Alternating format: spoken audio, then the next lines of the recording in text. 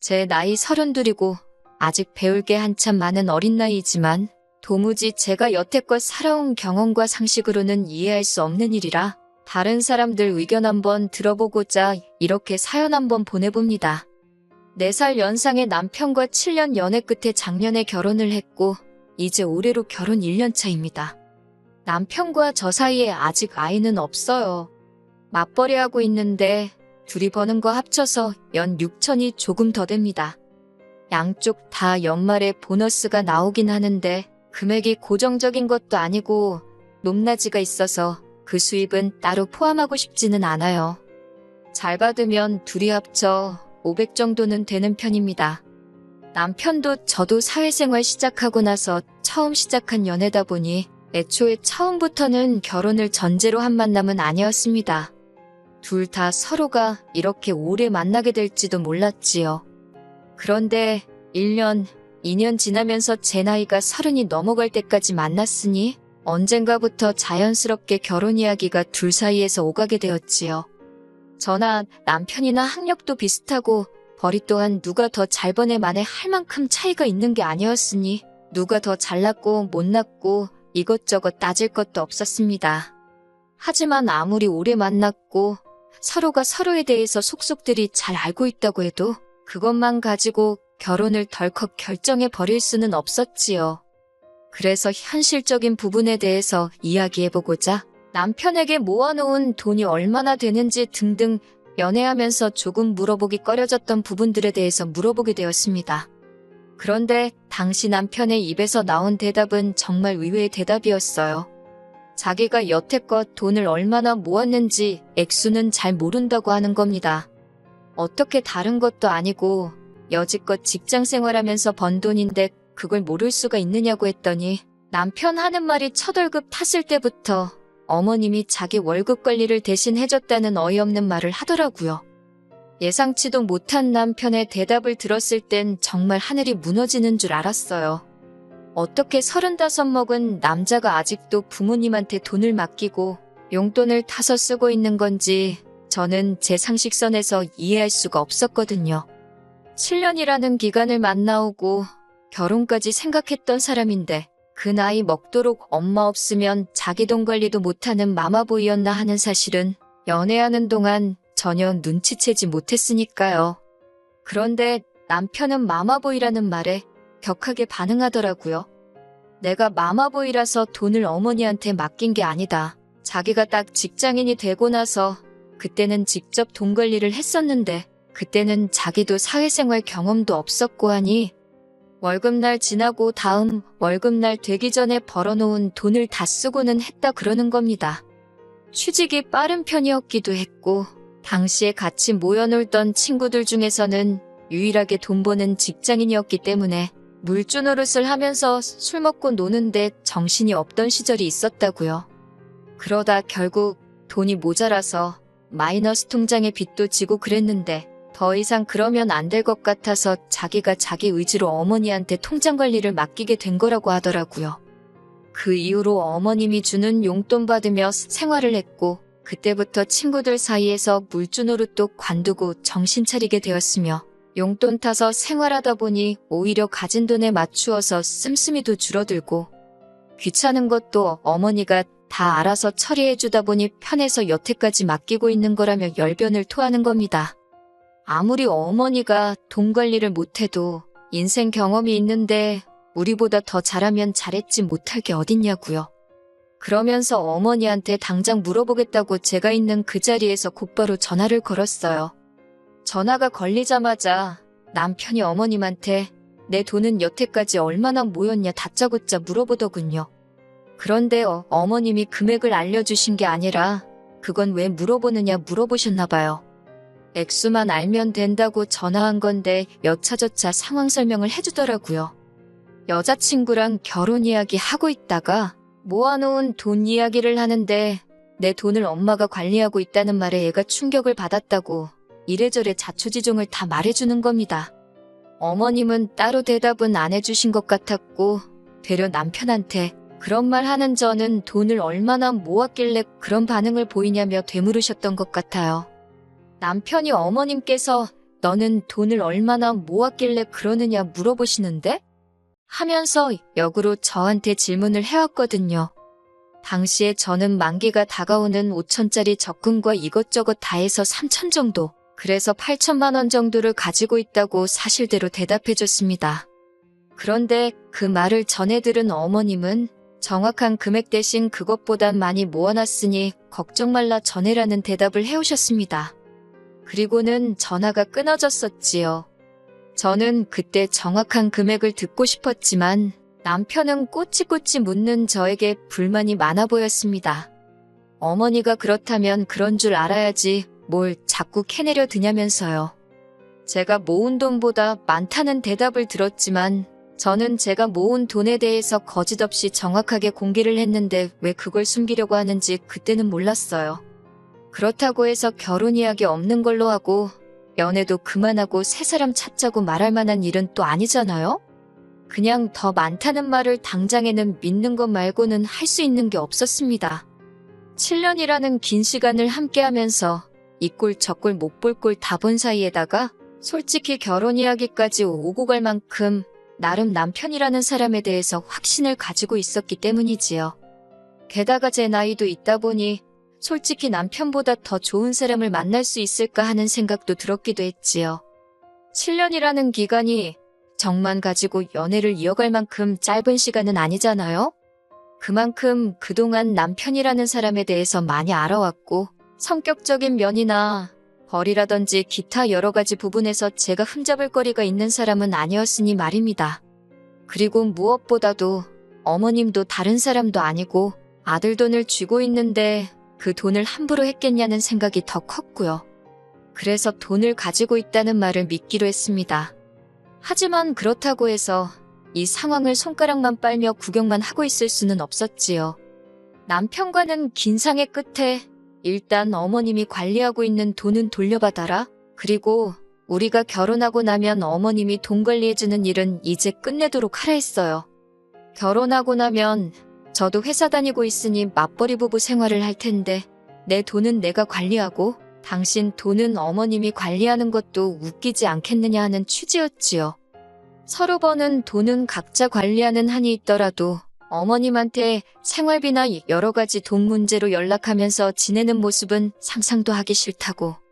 내 남편이 엄마 품을 떠나지 못해 완벽하게 독립하지 않은 꼴 보면서 결혼 생활을 할 자신이 없다고 솔직하게 말했습니다.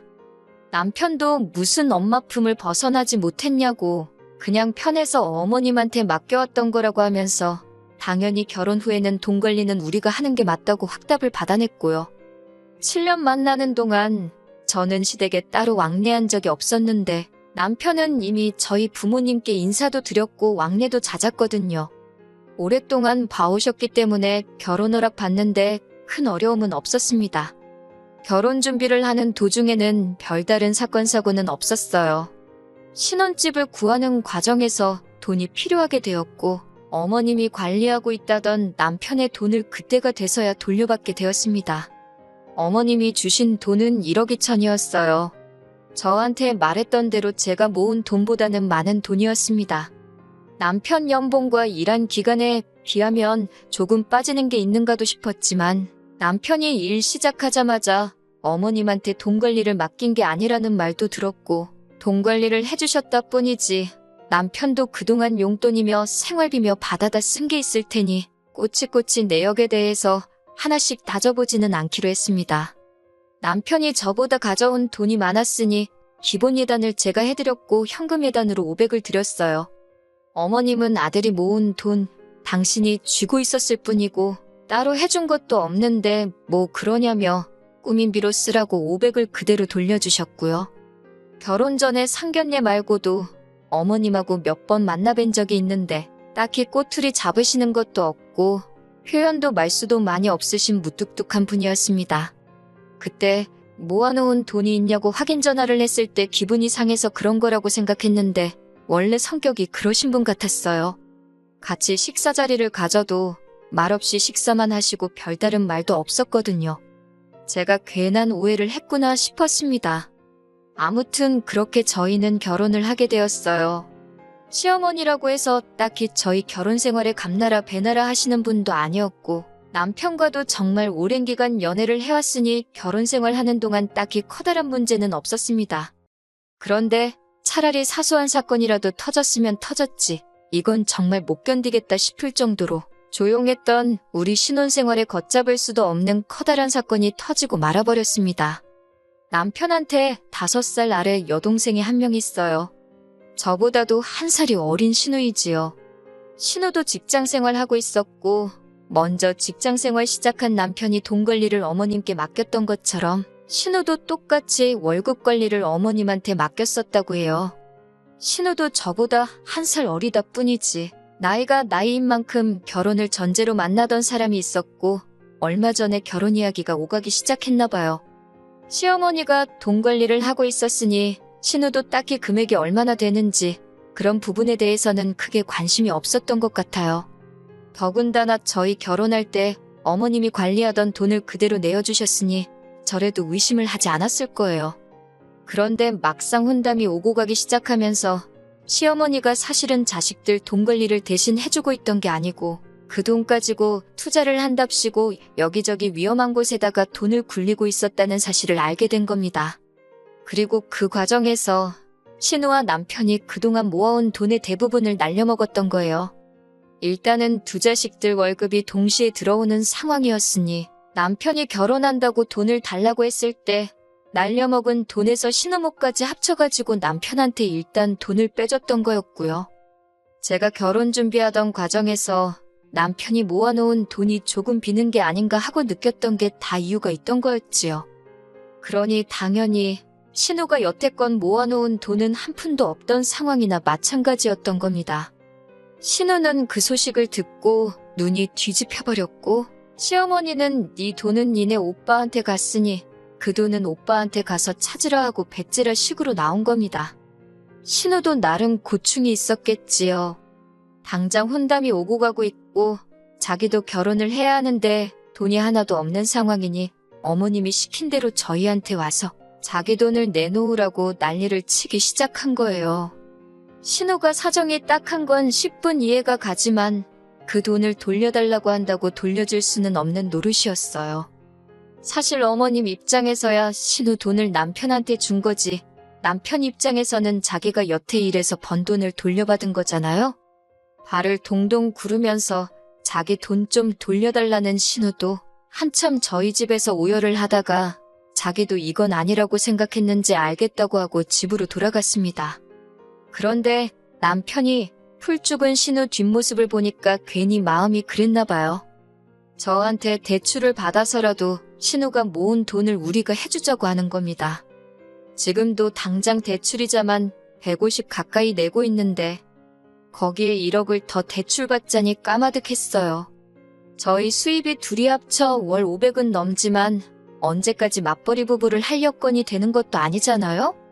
아무리 생각해도 계산이 서지를 않아서 그렇게는 안 되겠다고 했어요. 그랬더니 남편이 저한테 실망이라고 하는 거예요. 번지수를 잘못 찾지 않았냐고, 실망은 당신 어머님한테 해야 하는 거 아니냐고 했더니 지금 부모님 욕을 해서 뭐 상황이 달라지는 게 아니지 않냐고 하더라고요. 입장 바꿔서 생각해보라고.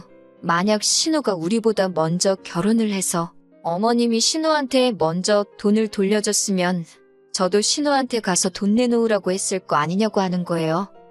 무슨 소리를 하는 거냐고. 내가 왜 신우한테 당신 돈을 내놓으라 하겠냐고 했지요. 그런 상황이었으면 애초에 결혼부터 다시 생각했을 거라고. 다 따지고 보면 어머님이 자식들 돈 가지고 장난치다가 탕진해버린 건데 그 책임을 왜 우리가 져야 하냐고 했어요. 그랬더니 남편이 저보고 너무하다고 하는 겁니다.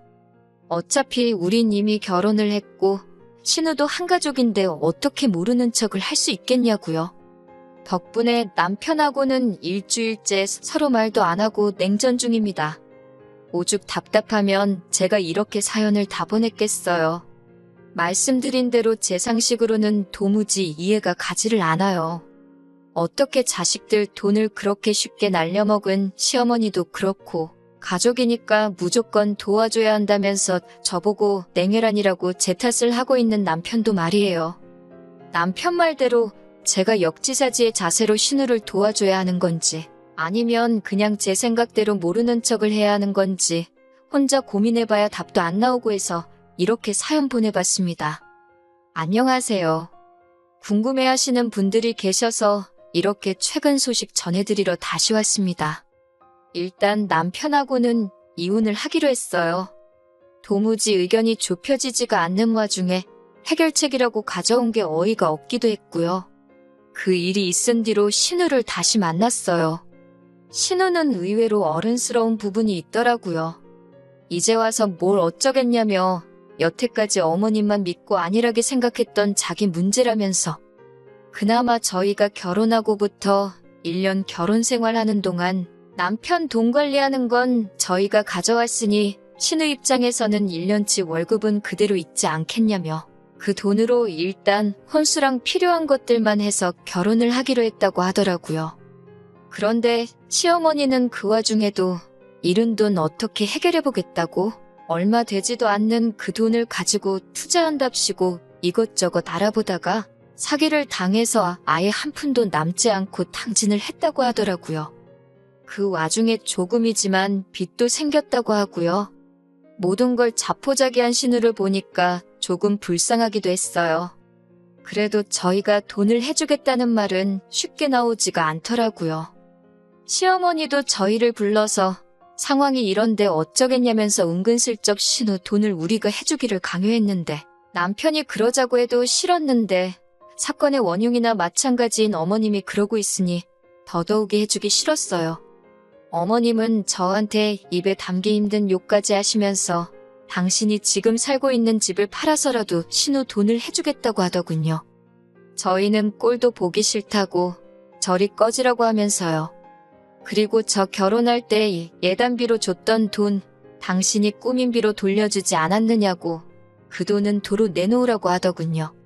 자식들 입장에서는 그런 부모님 모습을 보면 마음 아프겠지만 솔직히 제3자나 마찬가지인 제 입장에서 보면 저지른 일에 대한 책임을 지는구나 하는 느낌밖에 들지 않았어요.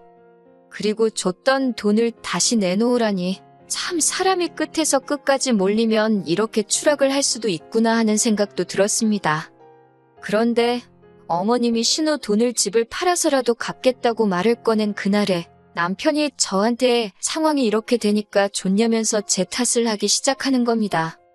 애초에 우리 결혼하기 전부터 자식들 돈 날려먹은 어머님한테 잘못을 찾지 않고 이 불화의 원인들이 전부 저에게 있다는 식으로 나오니 어이가 없었지요. 기어이 남편은 어머님이 집 팔아서 신우 돈 갚아주고 나면 시부모님이 어디서 지내겠냐며 앞으로 자기가 모시고 살겠다는 말도 안 되는 폭탄 선언을 해왔어요. 어머님이 싼 똥을 자기가 치우겠다는 것도 모자라서 이제는 어머님과 합가해서 같이 산다고 나오니 저로서는 그 상황을 받아들일 마음의 여유도 없었고 그렇게는 못하겠다고 했습니다. 차라리 이혼을 해서 재산 분할해서 그 돈으로 신우 돈을 돌려주던지 시어머니를 모시고 살던지 당신 알아서 하라고 했어요. 남편은 어떻게 입에서 이혼이라는 말이 그렇게 쉽게 나오냐면서 제가 피도 눈물도 없는 사람이라면서 끝까지 저만 나쁜 사람을 만들더군요. 이 모든 것의 원흉은 당신 어머님이기도 하고 나이 처먹고 귀찮다고 암만 가족이라도 다른 사람한테 돈 맡기고 확인도 안 한 두 자식들한테도 있는 건데 말입니다. 신우는 이혼하겠다는 우리 소식에 자기 때문에 이혼하지 말라면서 미안해서 어떻게 살겠냐면서 그냥 1년 더 모으고 내년에 결혼하면 된다고 그러지 말라고 하더라고요. 이 집구석에서 제일 어린 신우가 그나마 제일 어른스러워 보이기까지 했어요. 하지만 결국 이혼하게 되었어요. 오랜 정 때문에 더 이상 진흙탕 싸움으로 만들고 싶지도 않았고 그나마 좋은 추억이라도 남아있을 때 아예 갈라서기로요. 만에 하나 신우 말대로 신우가 1년 더 고생해서 시집을 간다고 하더라도 이미 남편과 저 사이에 그리고 시어머니와 저 사이에 뚫어진 커다란 구멍은 어떤 수를 쓰더라도 메울 수 없다는 결론을 내렸거든요. 제3분할을 문제로 지금은 소송을 준비하고 있어요. 무슨 일이 있어도 제 마음 떨리지 않고 이혼은 할 거예요. 엄마 품을 못 벗어난 남편 데리고 살아봐야 앞으로 제 인생의 아내가 아니라 엄마 대신으로 살아가게 될 건 불보듯 뻔하니 말이에요.